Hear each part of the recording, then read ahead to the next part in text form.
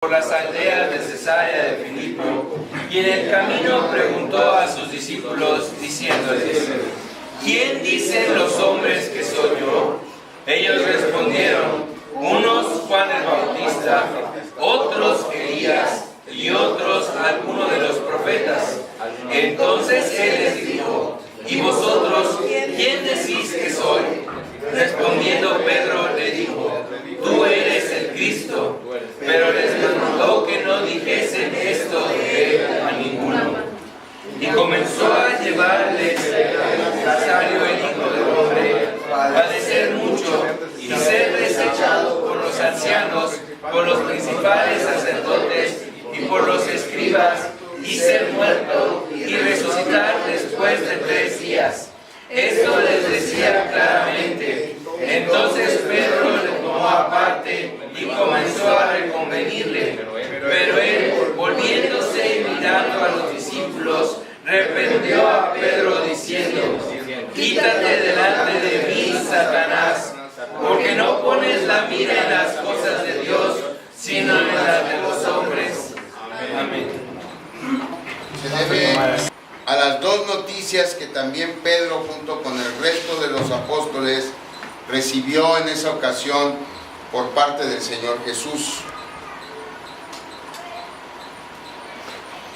Creo que todos hemos experimentado ambas situaciones, es decir, todos hemos comentado algo o hecho algo extremadamente bueno para enseguida caer en el extremo de decir o hacer algo extremadamente equivocado, extremadamente malo, y entonces así ir de lo sublime a lo ridículo. Y a todos también nos han dicho alguna vez: a ver, te tengo una noticia buena y una noticia mala. A todos. A veces son asuntos triviales, a veces son asuntos más serios, de los cuales recibimos buenas y malas noticias.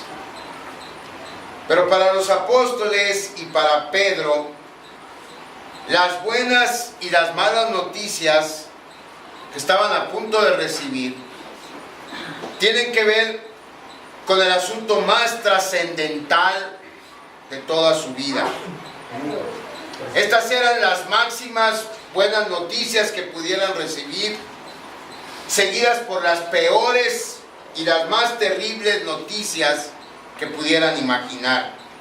Y en el caso de Pedro, él recibió el halago más grande que alguien pudiera recibir, para enseguida recibir la peor reprobación que alguien pudiera recibir. Primero, las noticias no podían ser mejores y de pronto no podían ser peores. Esa es la situación que nos presenta el pasaje que vamos a analizar hoy. Déjenme leerlo para que nos demos una mejor idea de lo que estoy hablando, y luego oramos para pedir la dirección de Dios y de ahí nos seguimos, ¿sí?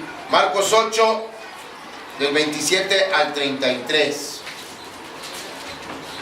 Salieron Jesús y sus discípulos por las aldeas de Cesarea de Filipo, y en el camino preguntó a sus discípulos diciendo: ¿quién dicen los hombres que soy yo? Ellos respondieron: unos Juan el Bautista, otros Elías, y otros alguno de los profetas. Entonces él les dijo: ¿y vosotros quién decís que soy? Respondiendo Pedro le dijo: tú eres el Cristo. Pero él les mandó que no dijesen esto de él a ninguno. Y comenzó a enseñarles que le era necesario al Hijo del Hombre padecer mucho y ser desechado por los ancianos, por los principales sacerdotes y por los escribas, y ser muerto y resucitar después de 3 días. Esto les decía claramente. Entonces Pedro le tomó aparte y comenzó a reconvenirle. Pero él, volviéndose y mirando a los discípulos, reprendió a Pedro diciendo: quítate de delante de mí, Satanás, porque no pones la mira en las cosas de Dios, sino en las de los hombres. Vamos a orar. Pasaje, Padre, y en particular el versículo 29, es el punto culminante del Evangelio de Marcos. Todo lo que Marcos escribió antes nos lleva al versículo 29. Todo lo que Marcos escribió antes lleva al lector y a nosotros al versículo 29. Y todo lo que escribe después se deriva del versículo 29. Así de trascendente, así de monumental, así de importante es el versículo 29 de Marcos 8. ¿Por qué? Porque el versículo 29 es el momento en que los discípulos, en la voz de Pedro, resuelven definitivamente el asunto de la persona y la identidad de Jesús de Nazaret. Ese es el momento en que ellos confiesan quién es Jesús, el Cristo, el Hijo del Dios viviente, como señala Mateo en el pasaje alterno de este episodio. Recuerden que hay historias en la vida de Jesús que los 3 evangelios narran: Mateo, Marcos y Lucas. Este es uno de ellos.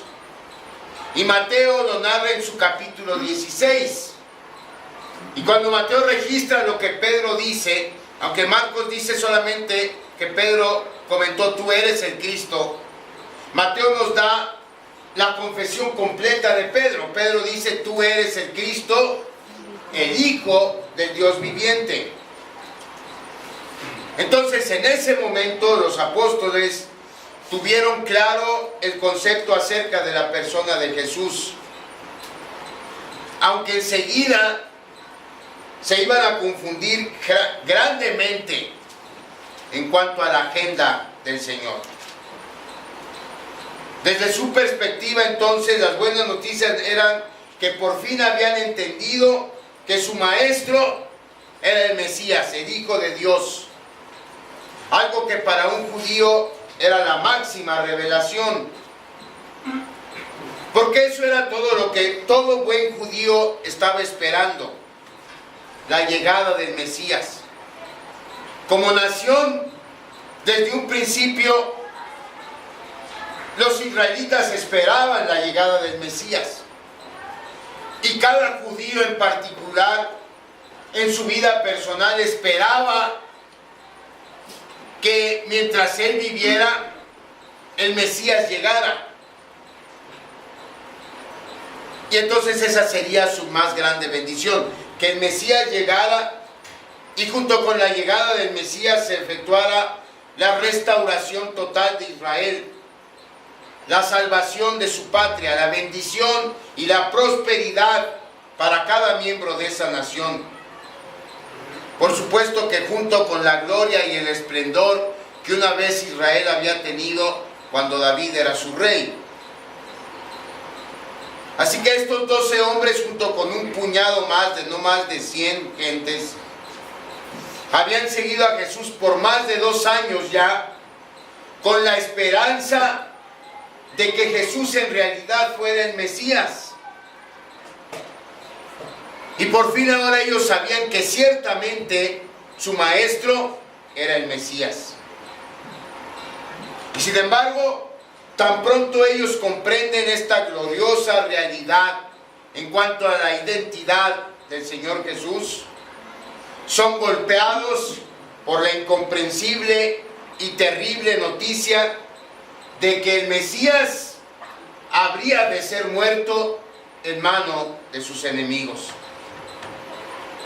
Y tan terrible es esta noticia que Pedro pasa de ser un héroe a ser un villano. Pasa de ser un vocero de Dios a ser un mensajero de Satanás. Así de paradójica resulta ser esta ocasión, dado lo contrastantes de las revelaciones. Jesús es el Mesías, aquel cuya vida traerá salvación y bendición a Israel y a todo el mundo.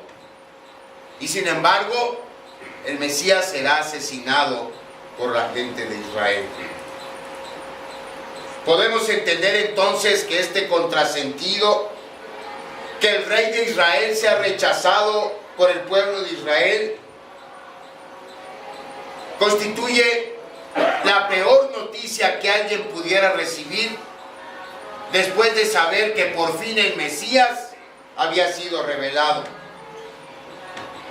Entonces, en este pasaje, por eso decimos que tenemos las mejores noticias y las peores noticias. Así que vamos a analizarlas. Primero las buenas noticias, del 27 al 30. Jesús y sus discípulos van en camino a Cesarea de Filipo, una ciudad que estaba en la frontera norte de Israel, en el mero límite norte de Israel. Es como si estuvieran en Ciudad Juárez, si hablamos de México, ¿no? O en Tijuana. Y el Señor Jesús va con sus discípulos y debemos entender o debemos imaginar que van conversando. Y esto es muy importante que lo comprendamos, hermano, porque el Evangelio solo dice: salieron Jesús y sus discípulos por las aldeas de Cesarea de Filipo, y en el camino preguntó a sus discípulos. Y entonces a veces pensamos que ellos salieron de donde estaban en Betsaida, se dirigieron a Cesarea, iban callados, y de repente el Señor Jesucristo suelta la pregunta, y contestan, y entonces Él responde, y ya no vuelven a decir nada, y siguen caminando. ¿Y no es así? Los evangelios son una sinopsis, un resumen de lo que pasó. Luego a veces, por eso a mí no me gustan las películas de la vida del Señor Jesús, porque presentan al Señor Jesús como si no dijera más nada más que lo que dice en la Biblia. O sea, Él dice eso y se calla, y ya pasan como otros 10 minutos y vuelve a hablar. No. Él era un ser humano como ustedes y como yo. Entonces debemos entender que en el camino iban platicando, iban tocando muchos asuntos. No. Y es en medio de esa conversación que después de 2 años y medio de que sus discípulos habían estado con Él, expuestos a sus enseñanzas, expuestos a las demostraciones del poder de Jesús, el Señor Jesús piensa: ya es tiempo de hacerles un examen. ¿Ya aprendieron? Vamos a ver qué tanto han aprendido. Y les hace un examen sencillo, un examen que ya quisiéramos todos que así fueran todos los exámenes. No, nomás 2 preguntas. Es todo, 2 preguntas nada más. 2 preguntas que van directo al grano. Pregunta número 1, versículo 27. Salieron Jesús y sus discípulos por las aldeas de Cesarea de Filipo, y en el camino preguntó a sus discípulos diciendo: ¿quién dicen los hombres que soy yo? ¿Qué opina la gente de mí? ¿Cuál es el punto de vista de la gente común acerca de mi persona? Y las respuestas están en el versículo 28. Ellos respondieron: unos Juan el Bautista, otros Elías, y otros algunos de los profetas.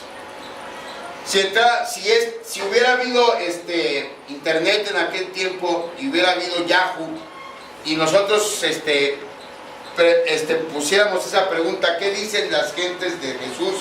Entonces saldría la más popular, así como en las respuestas de Yahoo, ¿no? La más popular, Juan el Bautista. Era lo que la mayoría de las personas pensaban. ¿Por qué Juan el Bautista? Bueno, porque la gente pensaba del Señor Jesús como un profeta. Y la referencia más próxima, o el único profeta que la gente de ese entonces conocía o había conocido, pues era Juan el Bautista. Entonces,